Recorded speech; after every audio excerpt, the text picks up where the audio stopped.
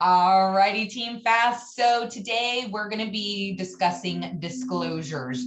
Specifically, we are going to talk through reviewing disclosures with a buyer.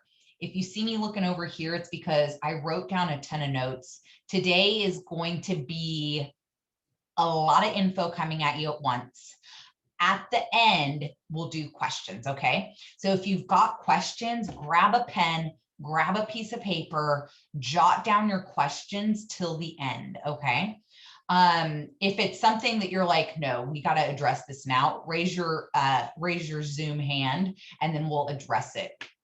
Cool. So by a show of hands or a reaction on the screen, I would love to know how many of you folks have gone through and completed disclosures review with a buyer. Okay, I'm seeing some hands. I'm seeing a lot of hands. Cool, cool, cool. Right on. Awesome. Cyrus, if you can unmute yourself, what would just share with us, if you're willing to, like, what was the experience with that?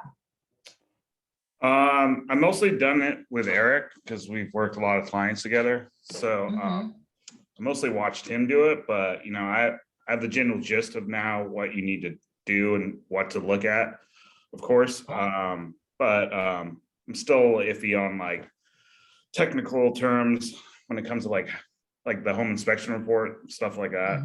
Yeah, but yeah. Okay. Right on. Thanks for sharing, man. I appreciate that. And I will tell you this from experience, the more you do it, the more you get accustomed to it, just like with anything else we're doing, right? So it's always a good idea for you guys to go through the MLS, pull disclosures, go through, you know, the team's listings, pull disclosures, get yourself familiar with them. What we're going to do today is we're going to look at disclosures for one of my old listings. And again, today's meeting is all about how to review disclosures with a buyer. It is critical that you guys understand how to review disclosures with buyers and how to explain them to sellers too, right? The sellers portion of this, we're going to be discussing at a later date. We're just going to focus in for buyers right now, especially because so many of you are working with buyers. And the market's a shifting. So today, yep, we're going to be disclosing that. I have personally found that reviewing disclosures, and let me share screen so I can show you guys. I have found that it's so much easier to do it over Zoom because I can go in here, I can point to specific things, I can show them like, look, on this specific item right here, this is what I'm talking about. When they're talking about the pest report, section 1 in this big area, this is what they're talking about. It just makes it a lot easier for me to point and say, this is exactly what we're talking about, right? So that's what I have found to be the easiest. Let's see. So when you're reviewing disclosures with your buyer, you are not expected to go through line by line by line. Y'all, that would take you hours. We do not have time for that. It is your responsibility to know and understand what's in these disclosures. It is the buyer's responsibility to read through everything. You should be reading through everything. 5,000 pages of HOA docs, you should probably read those, right? If you know that your buyer has a boat that they need to park in front of their townhouse, but that townhouse doesn't allow boats, and you wouldn't have known that without reading those HOA docs, don't you think your buyer's going to be a little pissed at you if they bought that house and now they can't park their boat, right? So it's important to read these things and to know what you're going to be discussing. I always like to make sure that, again, I've got pen, paper ready to go. I sit down for a couple hours and I review the bejesus out of these disclosures, because the one item that you'd forget to read about is probably the one item they're going to bring up, right? That is just the way it works. There are RVAs will do what's called a disclosure summary for you. And what the VAs do is they're going to pull the most important info out of these reports. and they're going to put that in a spreadsheet for you. That's not enough. That's a good starting point for you. But your job is to drill into these disclosures. Again, it's your job. That's why you get paid the big bucks, right? I know some of us get like $200 paychecks here and there from a buyer, but listen, it's still part of your job, no matter what you're getting paid. You are supposed to be reviewing each inspection, each seller disclosure, the HOA docs, basically anything that the listing agent and the seller is providing to you and the buyer. You should be well versed in it. Again, this takes practice, right? I mean, HOA docs specifically, you'll hear, again, this is just my understanding and my market knowledge about this topic. Other agents may tell you different things. I certainly know agents that will tell you, oh, I don't read the disclosures. That's for the buyers to do. Well, what about when they have questions? What about when they take your ass to court because you told them they could park their boat there and then it turns out they can't? You're probably going to be wishing you had read those disclosures, right? HOA docs, especially, folks are like, that's not my job. That's for the buyers to read and understand. Let's keep our tails out of trouble and just read to them. Yeah, is it going to take more time? You betcha. I mean, you guys, sometimes these HOA docs are thousands of pages long. If you're lucky, it's only a couple hundred. Yeah, I know. Some of your faces are like, oof, I got to read all that. Yes, you should. I'm going to share my screen with you guys real quick to show you probably the most common way that people are seeing disclosures right now. Do y'all see my home light screen? Great, thank you. I appreciate you guys shaking your head and letting me know. So this is typically what most agents are doing right now to share disclosures with us is the program called Homelight, used to be Disclosures.io. This is where we can provide tons of information for the buyer. I want to go over this cover sheet real quick.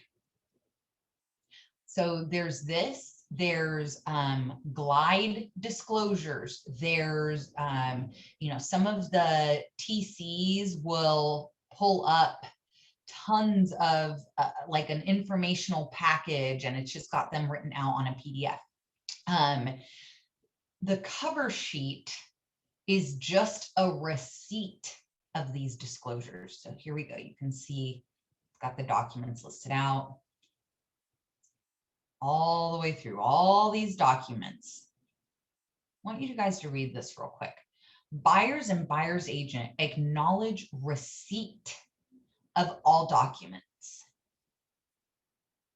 That does not say that you take the home with all of its imperfections. It does not mean that you can't negotiate based on things you've seen here. You are truly, you and your buyer are just signing this saying that you have received all these documents.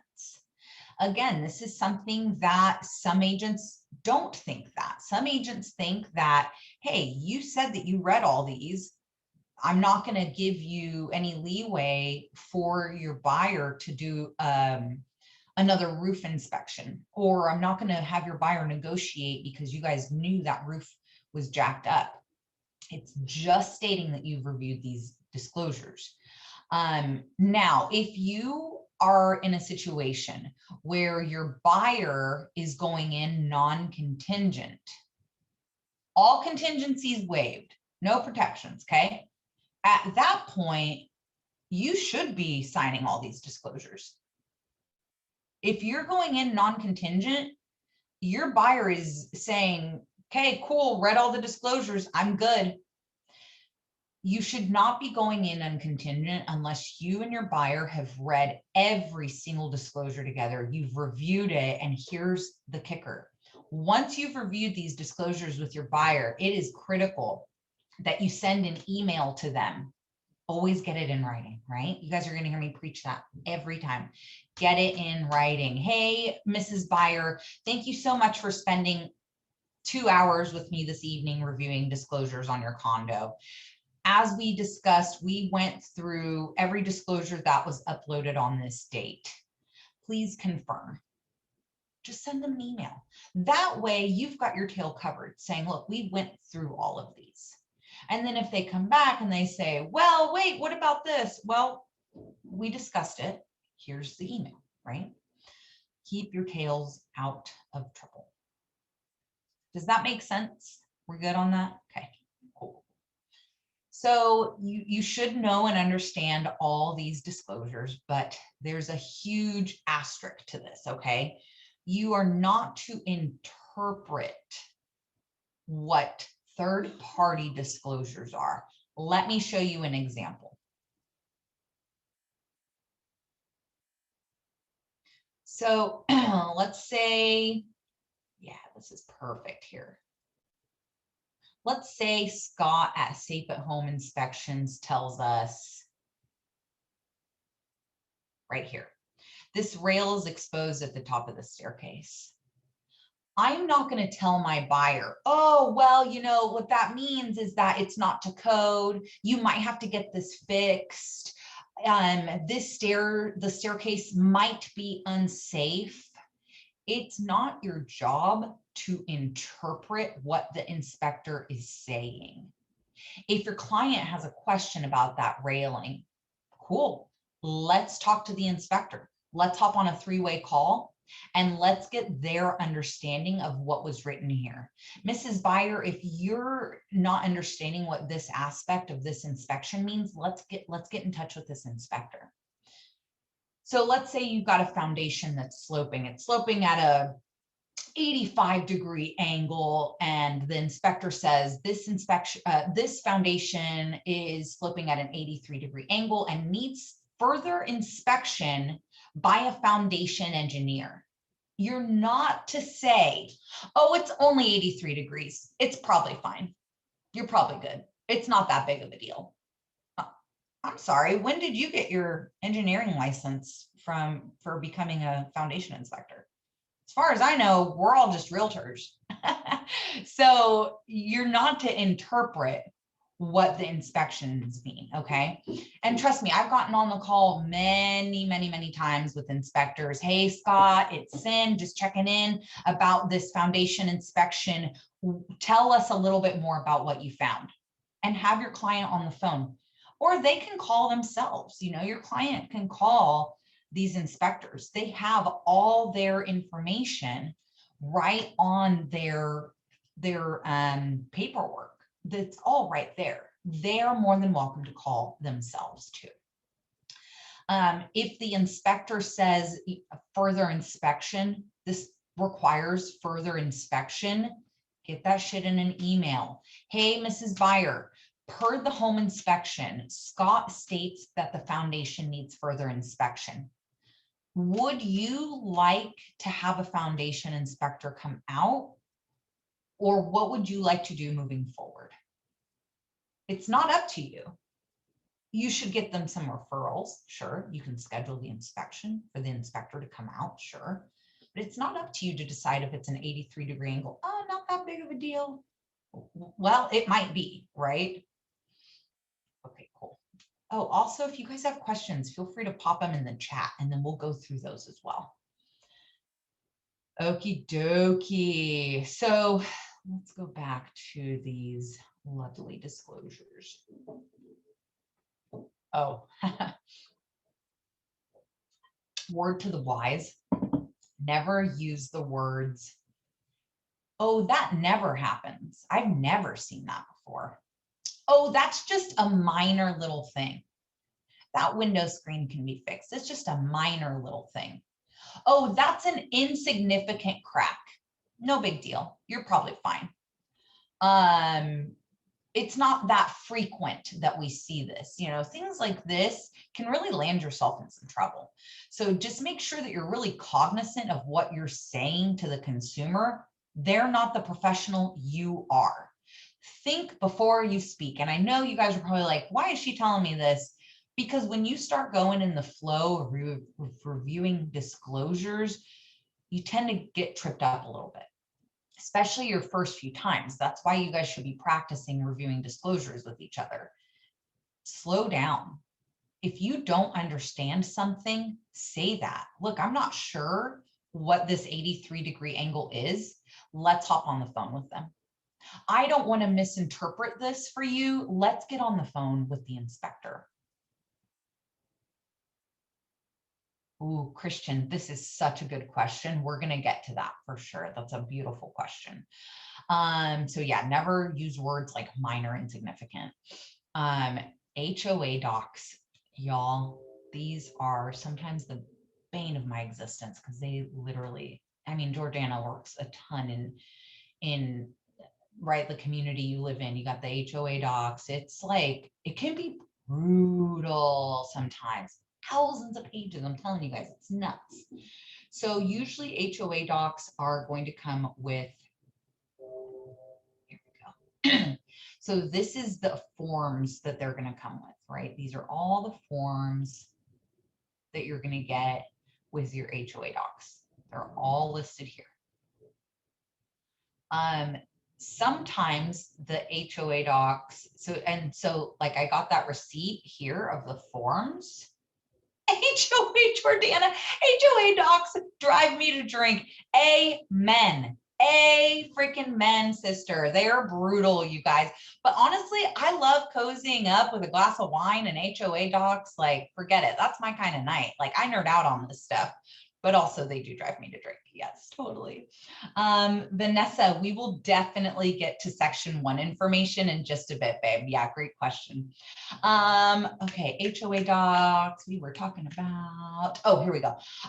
So similarly to the inspections where we're not going to interpret information that we're not aware of, that CC&Rs, sometimes you'll see there's specific language that you're like, I have no idea what this means.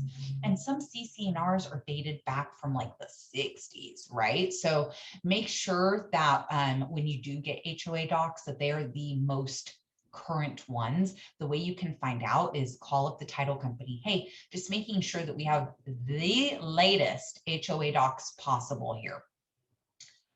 So if there's anything in these HOA docs, whether it's the CC&Rs, the rental restrictions, the statement, financial statement, if you don't understand a section, you can get clarity. Now, here's the tricky thing with HOAs, you guys. Some HOAs will not answer the phone if you have not closed escrow yet. Some HOA companies are great and they'll talk to anyone and give any kind of info, but typically they're not just going to willy-nilly give you info if you're not a resident and you don't hold a deed in that complex, right? So your client may have to call and find out themselves, or better yet, let's say that our buyer has a question about cash and cash equivalents for the operations fund, and they want to make sure that the fund balance is on point. I have no idea what any of that means. So what I can do is, if I've called the HOA company and my buyer's on the other line and we're trying to get info, but the HOA company won't give me info, what I can do is shoot an email to the listing agent. Hey, Mrs. Listing Agent, just tried calling 123 HOA docs, and they basically let us know they can't give us information about the cash and cash equivalents. Can you please promptly find out for us what this means, where the cash is going? This way, you have at least tried to get this information and it's in writing. Do not CC your buyer on any emails going back and forth from you and the listing agent, ever. That is not what you're supposed to do, okay? You just email the listing agent, email your sky slope as well, right? Put that in the CC, email your sky slope as well. That way that log is there and you can show that you have been communicating with them about this. Honestly, guys, sometimes the questions don't get answered. And if that happens, if we can't find out what this final balance of funding is, you got to email your client and say, look, I'm trying to get you the info as best as I can. I want you to know I'm on it. However, we may not get that final verification. I just wanted to let you know I'm keeping on top of it. That way you're doing what you're supposed to be doing. Okay. Let's talk about statutory seller disclosures. So the statutory seller disclosures, you're going to hear me say TDS, SPQ, ESD, AVID. If these acronyms don't make sense to you, what I want you to do is go into Zip Forms and just start typing in SPQ and get to know these forms. If you want one of my old disclosure packages, hit me up on Slack. I will send it to you. DM me on IG, whatever you got to do. Because you guys got to get proficient on these documents, right? You got to understand what they mean. It is your job to understand this shit. So the seller disclosures, there are 3. You're going to have, Delina. Oh. So seller disclosures. There's the transfer disclosure statement, the seller property questionnaire, unless they're exempt, and then there's the AVID, okay? So if a seller is exempt from filling out the TDS and the SPQ, they're going to fill out an ESD, an exempt seller disclosure. Get to know what these forms are. Let me pull them up for you guys here. So this is basically everything that a seller knows about a property. They are to disclose it in these forms. Again, I'm not going to go through with my buyer.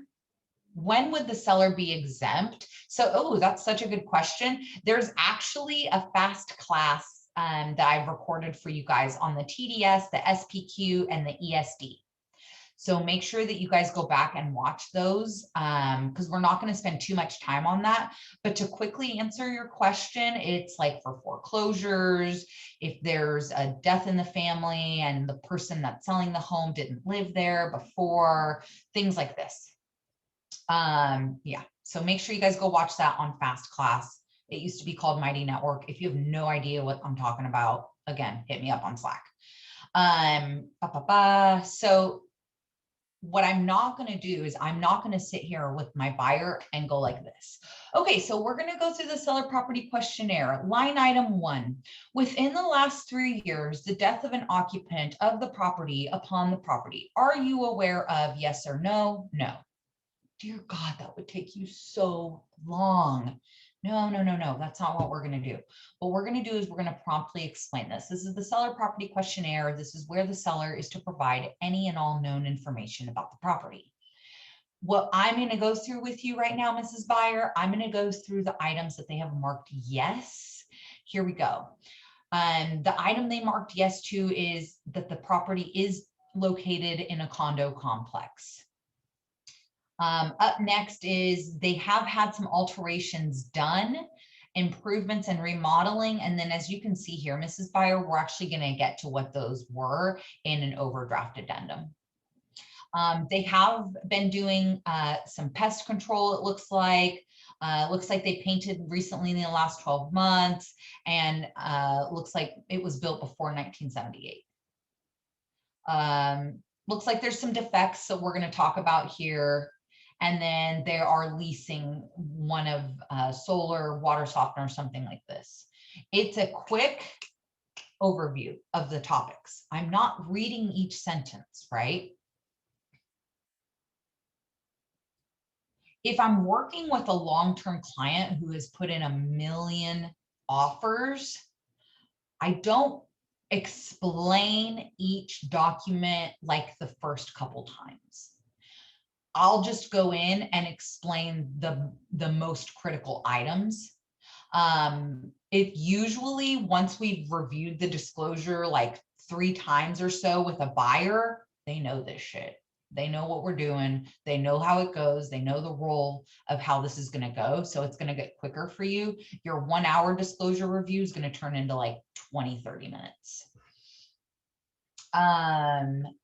but I do go through the disclosure package 100% for sure. Even if it's an investor and they're like, look, I'm good. I'll read this shit on my own. Okay, great. I'm going to send you an email. Please confirm receipt, letting me know that you are going to be reading these on your own. And you put that shit in an email and they let you know. Protect your license, right? This is your livelihood. And if that client's just going to be an ass and is not going to respond to your emails, is that the kind of client you want? That's for you to decide, not for me to decide. Okay, so we just bang out the most critical informational pieces. That's for the seller property questionnaire and for the transfer disclosure statement. On the transfer disclosure statement, I want to show you guys this quick portion up here. If the seller has done any inspections, they'll include here that they've done inspection reports and what those inspections were. This specific client, they had done inspections after they filled out the TDS and the SPQ. So every single one of these, the seller needs to make sure that they're checking very carefully. If the seller misses this entire part here, which I have seen so many times where the seller will miss this whole damn part. If the seller makes any alterations, oh my gosh, have I not been sharing my screen this whole time? Sorry, guys. Okay, let's go back to the SPQ real quick. Here's where I was talking about where we're going to go through and say, yes, they did this, they did that. Y'all let me know next time. The TDS, this is the section where I was talking about the additional inspection reports. And then make sure that the seller has filled out as a buyer's agent, okay? Make sure that all these sections are filled out, right? If they don't know, they put they don't know. This is critical, right? Are you aware of any significant defects? Here's the thing, you guys. If the seller comes back to us and says, oopsie, oops, I forgot that the window in the primary bedroom leaks when it rains. I fixed the TDS and then the listing agent says the TDS. That gives us a 5-day rescission period where your buyer can back out because it's a new material fact. When your buyer or when you're a listing agent, when you are delivered a new material fact, you have a 5-day rescission period. Kind of like a get out of jail free card, but not exactly. Cyrus, I saw your hand go up. So is that in a contract that's non-contingent on the buyer side? They could still back out if something like that happened? If it's a new material fact, yes. Okay, good to know. Yeah, for sure. Now, we don't want to advertise it to the buyers like, oh, we're going to use this and we're going to be like, right, like be ethical. And you guys all are. So yeah, great question though. Okie dokie. Again, you guys, there are videos in Fast Class that are going to help you out with this. The Avid. You are to do an Avid, okay? So you can do an Avid whenever you want. Here's my advice to you. Get that shit done within 3 to 5 days of going into contract. I don't care if it's a 45-day close. Get it done ASAP. If you want to look real professional and you know that the property is vacant and you want to submit your Avid with your offer, you can do that. Like, or let's say there's a tenant in the property and you know it's going to be hard as hell to get back into that property. Go through, have your Avid ready to be filled out and submit it with the offer. The reason it's so important to get these done quickly, you guys, is because the Avid is a part of the seller disclosures, right? So it's your responsibility to make sure it gets done. Oh my gosh, we are already at 12:35. How is that possible? Okay, I'm going to fly by the rest of these guys. The NHD. So this is there to explain if the property is lying in a certain hazardous area. Whoop, whoop, whoop, whoop. Wrong way, wrong way. Share screen. Thank you, Delina. I'm going to be sharing screen pretty much the rest of the time here, guys, because we got to fly through this. Okay, the NHD, here's what the NHD looks like. Environmental stuff. Okay, cool. Here we go. So the NHD explains if it lies in a hazardous area. This is a statement and acknowledgement of receipt right here. And you can see quickly if the home lies in any of these hazardous areas. This is really good to check into to see if they're going to require certain insurances. As an example, if this is selected as yes, that it's in a very high fire hazard zone, that buyer may have to get fire insurance. We don't know that. You are not an insurance agent. You will have the buyer connect with their insurer to find out. Your buyer should be searching for home insurance the day they go into contract. That is a part of the loan that they need to have done, okay? If any of these are selected yes, let them know, hey, you might need some extra flood insurance, and then they're gonna have to, think about how much more that is. You're not gonna give them a quote. Their insurance agent's gonna give them a quote. The preliminary title report, this is to illustrate who owns the home, explains if there's any easements, any liens, any encumbrances. If your buyer is like super concerned about, if there's a PG&E line in the backyard, PG&E can enter at any time. Make sure that you're aware of what this means. And then towards the bottom, excuse me, towards the bottom, there's the plat map. So your buyer can see exactly where their property is. Okay, we are gonna fly through. I don't have a pest inspection. I know I did. Here we go. Pest inspection reports. So I want to talk about what Vanessa brought up about section 1 items. So they're called pest inspection reports. The long form of it is called a wood destroying organism report, a WDO. Okay. Some people call it one or the other. Section 1, this on pest reports. Let me go to the exterior so you guys can see. Okay, here we go. Section 1. That's what it'll look like. There's usually a cost that accompanies this. Section 1 items. You see how it says this is a section 1 item, and then they have photos here. Section 1 is anything where there's evidence of active infestation, infection, or conditions have resulted from an active infestation or infection. Section 2 items, which I don't have to show you, section 2 items are those that are deemed to likely lead to infection or infestation, but there is no visible evidence of active infestation. Okay, so section 1, think health and safety, think pests, think active infestation. Okay, section 2 is just likely to lead to that.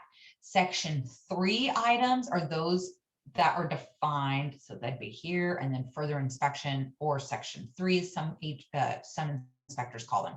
This is where they're recommending that your buyer gets another inspection, or items that require maintenance over time. Different cities. Vanessa, did that answer your question? No, I don't think it did. Ask me your question about section 1. So let's just say in your report, because yours said $0 to fix anything. Mine's, for example, said it was like $12,000. My buyers want to get that done. So how do we execute it? So what do we, after we close, we reach out, or? Let me pull up an example here. Pest.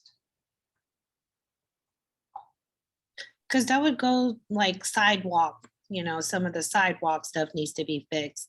How do we, I guess my question is, how do we execute the work that, the I see what you're saying. Okay. So if you get a report that says, look, there's rodents in the property, and this shit's got to be cleaned out, and it's going to cost the seller $585 to clear them out, or the buyer, right? You're going to submit a request for repair.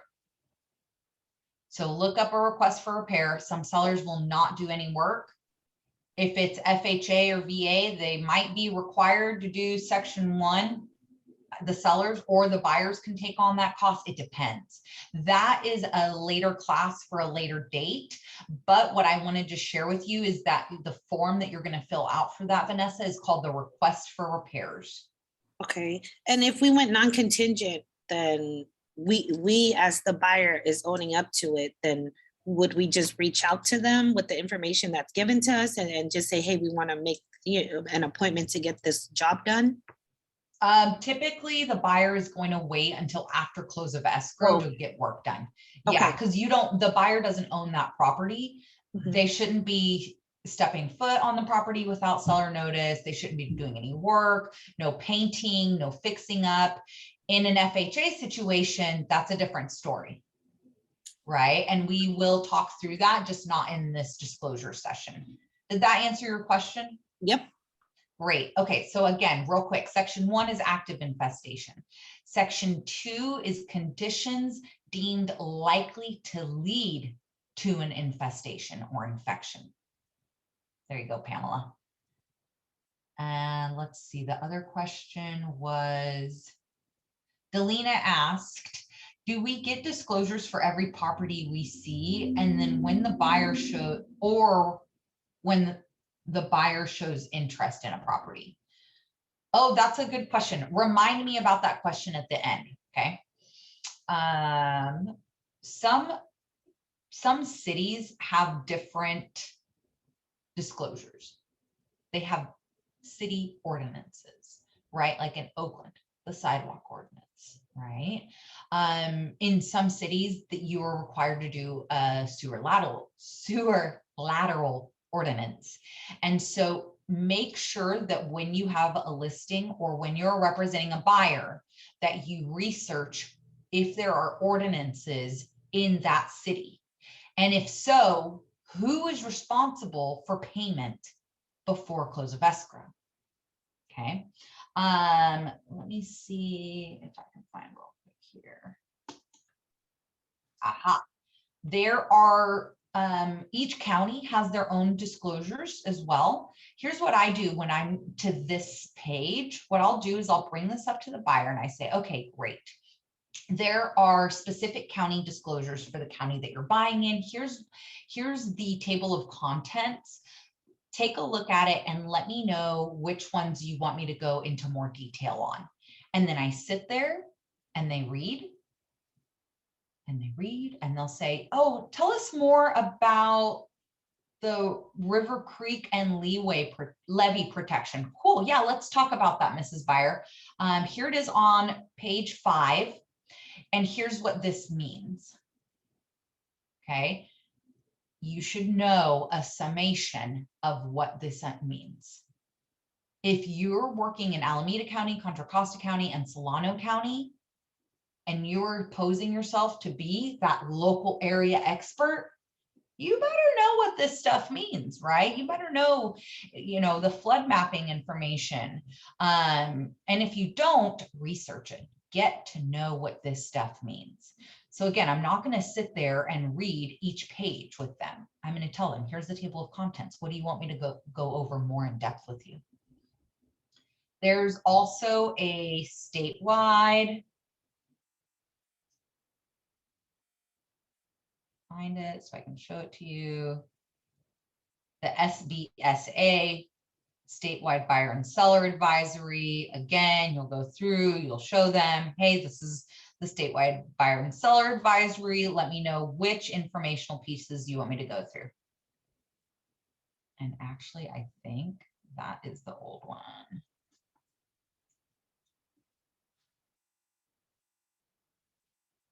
Oh, no. So if they want to find out more about easements, cool, let's talk about that. Scroll down and then summarize it for them.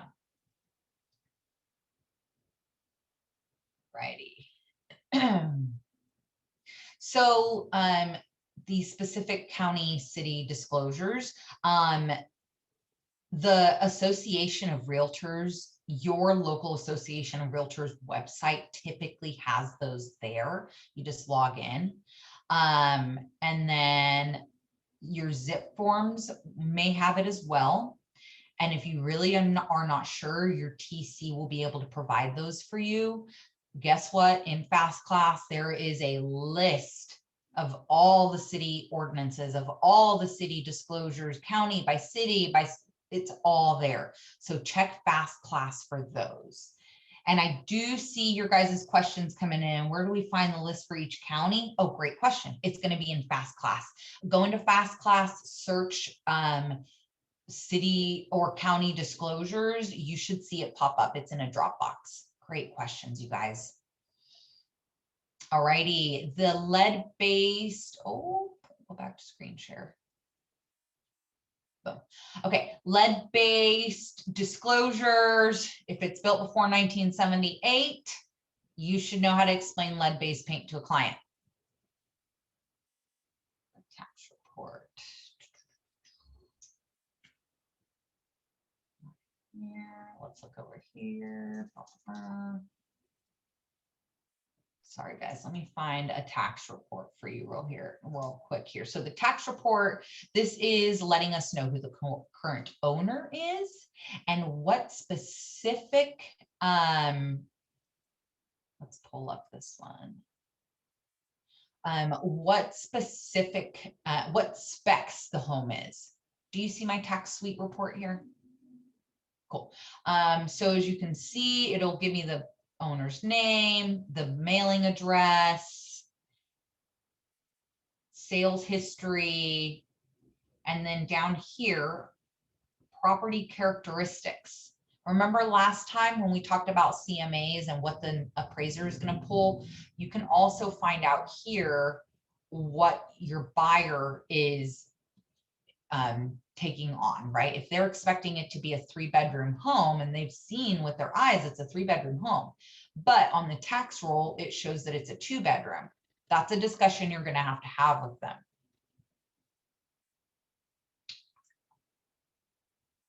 There we go. All righty. And I always get that signed with the offer. I get that signed and I get the MLS signed too, the MLS sheet. Here's why, you guys.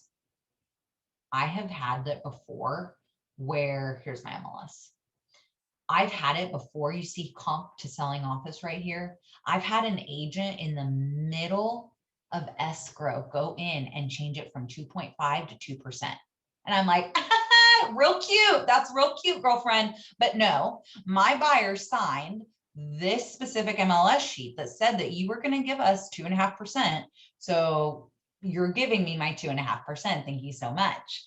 It pays to document this stuff. In that section, you guys, it literally paid me what I needed to get paid to document this. Document everything. It's so important.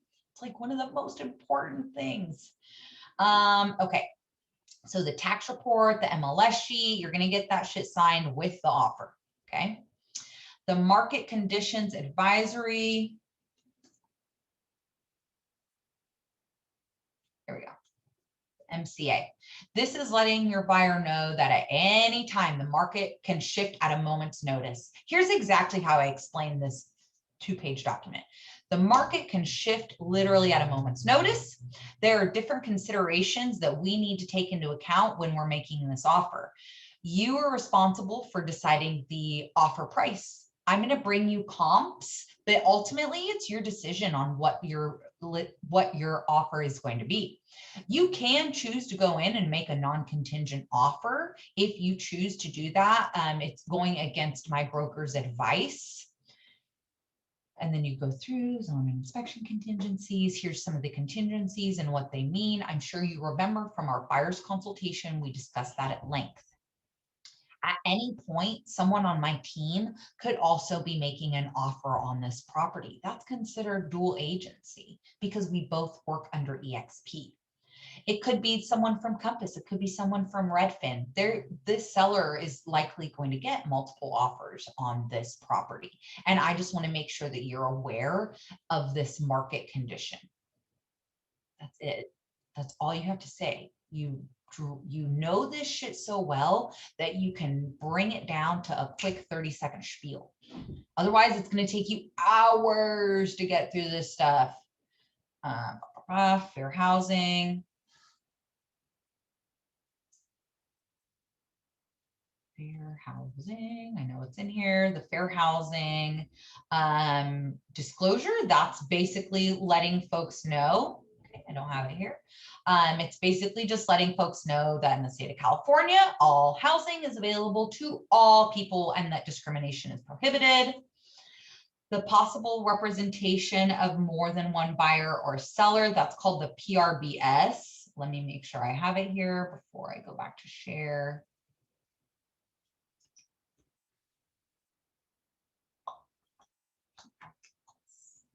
I don't have it for you, but that's okay. It's called, and it's part of your offer package. Okay, that's called the PRBS. And basically, this is letting your buyer know that at any time, anyone at your brokerage could be representing different buyers and sellers of who might be making an offer on the same property. It also explains how dual agency works. Let's real quick wrap up. I will promise to get to your questions. Real quick, I want to go through a couple more things.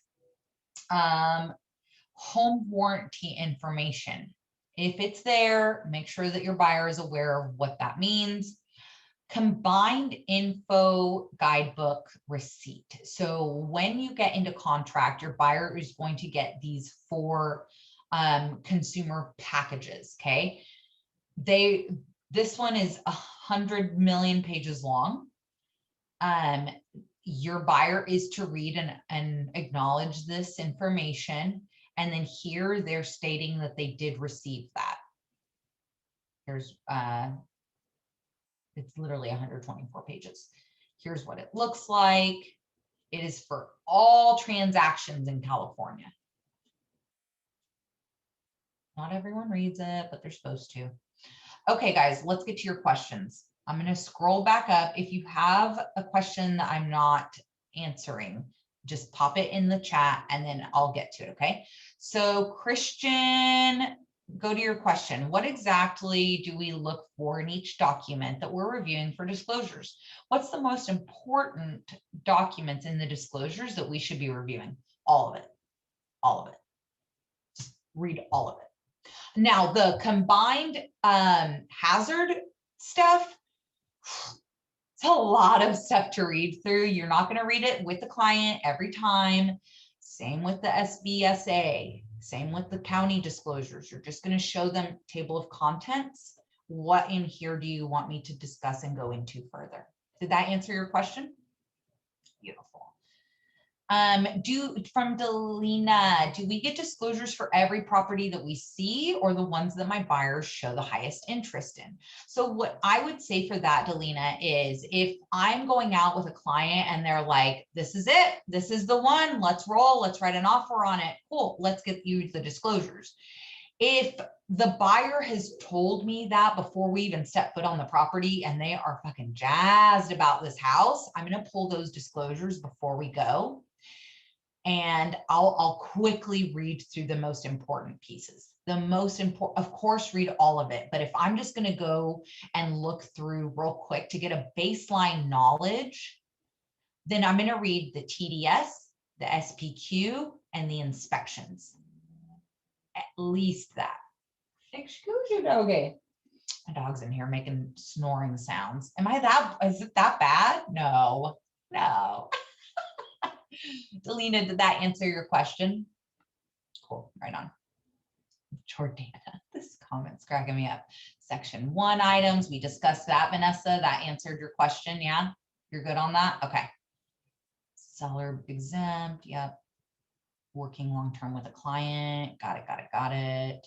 If available, should we ask for disclosures before showing? Yeah, Dawn, if they're really stoked about it and they're like, I think this might be the one, why not? why not have yourself informed, right? And get to know some of these informational pieces. Again, the TDS, SPQ, and any inspections. Read that if you know that your client's going to be stoked on it. Section, Vanessa says, and Arlene, yeah, I did make sure to answer that about fast class. Yeah, just go in. If you can't find something in fast class, send me a DM on Slack. Section 2, Vanessa says, section 2 is deemed highly likely to need work, but you cannot see it. And then is this where we tell the sellers if it's a trust or not? Vanessa, unmute yourself. What you talking about? I think we were on a tax page or something like that. My question is, how do we know if the seller is a trust? Is that where we would find the information? Oh, that is such a good question. Yeah, that's where, God, you guys ask really good stuff. That's where you'll find out. Let me go back here to share screen with you guys. Yeah, because sometimes it's confusing. Like it'll say a person's name, but they're like requesting a trust doc or something like that. And I was like, wait, I'm so confused. Right here, current owner name.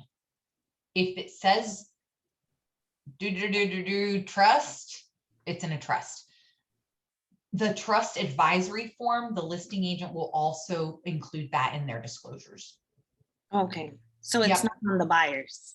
It's not on the buyers to find out, and it will also be in your preliminary title report. Okay. It'll be in several spots. Yeah. Great question, you guys. From Cyrus, as far as the home inspection report, do you go over the whole report or action items? Oh, that's a good question. I typically will, here, let me pull up the home inspection.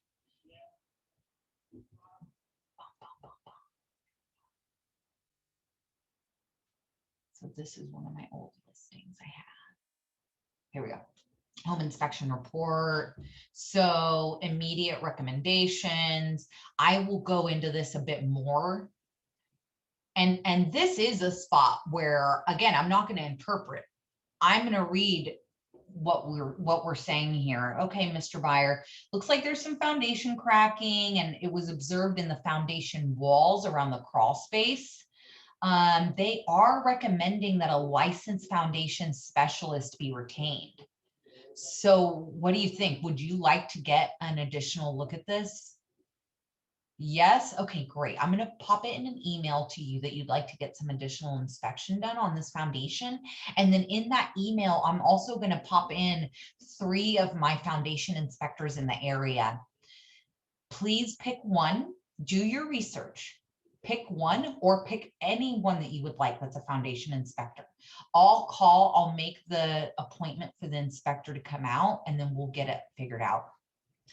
As far as the rest of this inspection goes, we'll go through again, most critical pieces. I'll go through it. This one had a ton of shit wrong with it.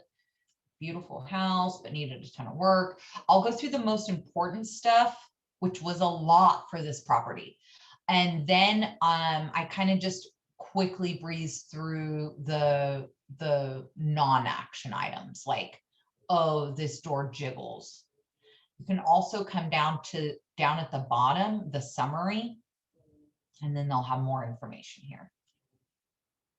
Cyrus, did that answer your question? Or do you want to ask further? No, I'm good. Thank you. Cool. What other questions, you guys? Go ahead and unmute yourselves. Mohsen, I think I saw your hand up at one point. Did you have a question, or did I already cover that? I was just going to ask if I emailed you, but I was going to ask you if you can send me copies of what you have, because I've never seen any of this stuff. Oh, yeah. So, yeah, good question. What I'll do is I'm going to send you guys, I'm going to send you a disclosure package. I take the Zoom calls on my phone, so it's challenging to look at the actual document. Got it. Yep. No worries, no worries. I'll get you guys a copy of a disclosure package for sure. Great questions. Who else has a question? You're welcome. You're welcome. No one else? Okay, guys. So to summarize, you are not going to sit on the computer for 3 hours at a time, reviewing every sentence and regurgitating every sentence. That's not what the client is looking for. They're looking for a quick summary of all this information. And remember to get it in writing. Hey, Mrs. Buyer, thank you so much for reviewing the entire disclosure package with me today. Thank you for asking great questions. If you have any additional questions that come up, don't hesitate to reach out to me. Because what's that do? That shows that you went through the disclosures with your client. And again, if they don't want to go through them with you, hey, Mr. Buyer, I understand that you do not want to go through these disclosures with me one-on-one. As you mentioned, you will be reading and finding out more about the disclosures on your own. Please confirm via a response to this email that that is the correct understanding that I had about our conversation. If a buyer's not willing to do something, if a buyer's not willing to review disclosures with you, get that shit in writing. It's so important, you guys. Alrighty. Anything else before we wrap up? Is it our responsibility to go over those disclosures for sure with them, or can they do it on their own? I highly advise that you guys go through these with them. They're out of all the offers I've written, I have had one person tell me, I'm not going to review these disclosures with you. I'm not going to get a lender. I'm not going to do anything. And they are no longer my client because I want to save my tail, and no amount of money is worth losing my license, my livelihood, right? You guys were looking, oh, Nicole, I thought you were training yesterday. I don't know, search by the name and the MLS tax. Maybe that would work for Sacramento. Thank you, Nicole. I appreciate you. I'll look into that. All right, you guys. I have a Thank quick you. question. Oh, yes, Sam. Yeah, go for it. So when we get the transfer, when we get the disclosure statement from zip forms, like, is that attached to the RPA, or is that like a separate thing that we have to have them sign? Oh, okay. So let me make sure I'm understanding correctly. The cover sheet for all of the disclosures, is that what you're asking about, or specific disclosures? Yeah, specific disclosures. Okay, yeah. So the specific disclosures are going to come from the listing agent. They're either going to come from the listing agent in HomeLight. That's the program that I was just showing you. They will come to you through a PDF on the MLS, HomeLight, there's Glide. Some agents have their assistant send them to you in an email. Every property is different. The norm in the East Bay, Contra Costa County, is that they'll put it into HomeLight. And then every agent's different. So it just depends. And if you don't see the HomeLight link on the MLS, you can reach out to the listing agent, read the confidential remarks. That is so important. Sometimes the agent will put the disclosure link in the confidential remarks instead of just hyperlinking. So make sure you read the confidential remarks for any property before you go into it, because you don't know what's going on, right? So we would need our buyers and the sellers to sign off on each disclosure saying that they read it. Once right? you get into contract, yes. Yeah, yep. And then your TC will put that together, that disclosure package signature for you in DocuSign. And now if you are going in non-contingent, you should have your buyer sign off on all the disclosures before going into contract. They're saying they're taking the property, knowing all this information, and they know that they're going in unprotected. That's the one time that I would say have your buyer sign these before or when you're submitting the offer, if they're going in non-contingent. It's a protection to you. Yeah. So next week, you guys, we're going to go over the RPA. We're going to take it in chunks. Yeah, and I hope that you guys find this helpful. If you have other classes that you guys want to see recorded or want to get more info on, do not hesitate to hit me up on Slack or wherever. Send a carrier pigeon, do what you got to do. Let me know how I can help you, okay? All right, y'all. Have a great weekend. I'll see you guys next week. Bye. Thank you. Thanks, guys. Bye.